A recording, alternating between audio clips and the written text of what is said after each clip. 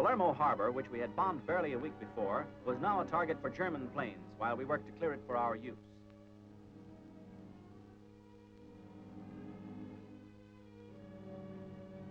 An elaborate smokescreen system was thrown up, concealing vital targets. This defense measure proved effective.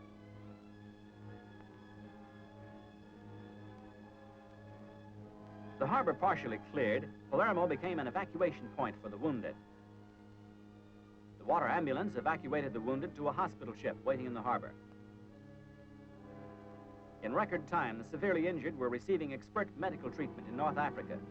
About 6,000 casualties were evacuated by air and sea. The majority were enemy soldiers. The Italian motorcycle corpsmen, eager to surrender, rode their own vehicles to a PW collection point. Outside Cerami, Generals Bradley, Lucas, Patton, and Roosevelt conferred in preparation for the all-out assault on the enemy. The 2nd Corps, reinforced, was designated to spearhead this strike. The 9th Division, in reserve in Africa, came up via Palermo to support the 1st, while the 3rd relieved the battle-worn 45th. On August 1st, the 3rd phase of the Allied offensive sprang into action. Americans attacked in the northern sector from San Stefano to Troina, the Canadians in the center, the British to the south.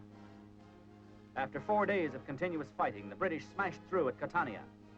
Americans at Troina faced the toughest battle of the campaign. Situated in a superior defense position, the hilltop town of Troina was the key point of German resistance. The town held firm against 1st Division thrusts and air bombings for 5 days. The enemy took our blasting, counterattacked 24 times, fighting for time to withdraw.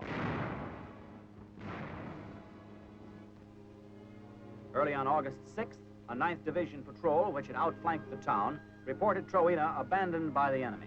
Troina had suffered the fate of so many towns located in the path of war.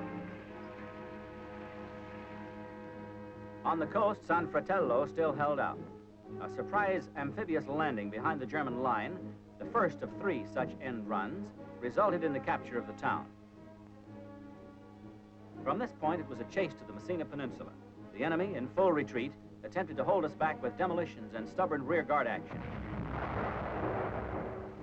Along the coast, we moved up heavy equipment by sea to bypass blown-out bridges and mined highways. Without these amphibious operations, enemy demolitions would have caused weeks of delay.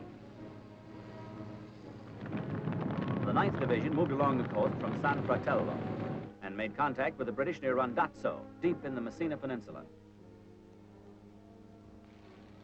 Piper Cubs, used as artillery observation planes, radioed locations of enemy positions which were promptly fired upon.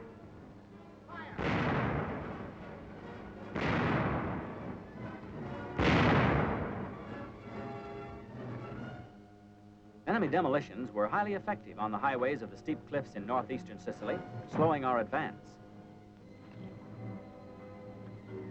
Despite the speed and resourcefulness of our untiring engineers, the Germans gained time to fall back on Messina.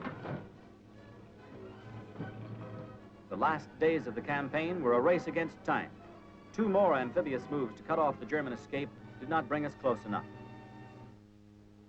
In the final drive, more and more wrecked and abandoned enemy equipment lined the highways.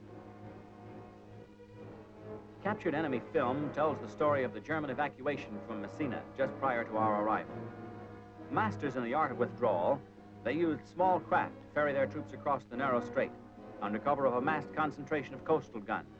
Despite the intensity of our drive across the island, over 100,000 men, equivalent to more than 3 German divisions and almost twice as many Italians with considerable amounts of supply, reached the Italian mainland safely.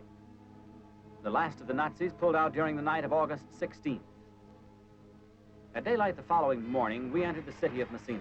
The usual contingent of Italian soldiers who were expected to hold us back surrendered. The harbor had taken a terrific pounding, first to stop Axis reinforcements, later to obstruct German evacuation. The fall of Messina, 38 days after the landing, marked the end of the campaign in Sicily. Our next offensive would be against the boot of Italy, only 2 miles across the water. The Allied military government first operated in Sicily. Military government officers, including Colonel Poletti of New York, followed the frontline troops to take over administration of the island. Sicily was now an Allied base of operations.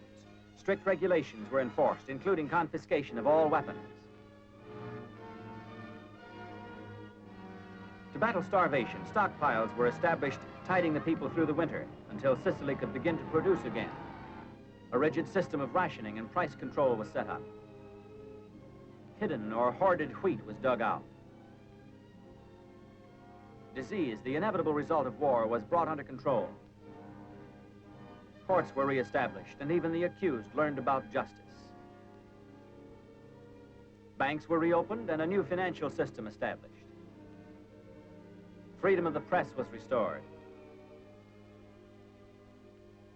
Slowly, life in Sicily began to resume its normal pattern. In December 1943, President Roosevelt paid tribute to the men living and dead whose fighting spirit and sacrifice freed Sicily.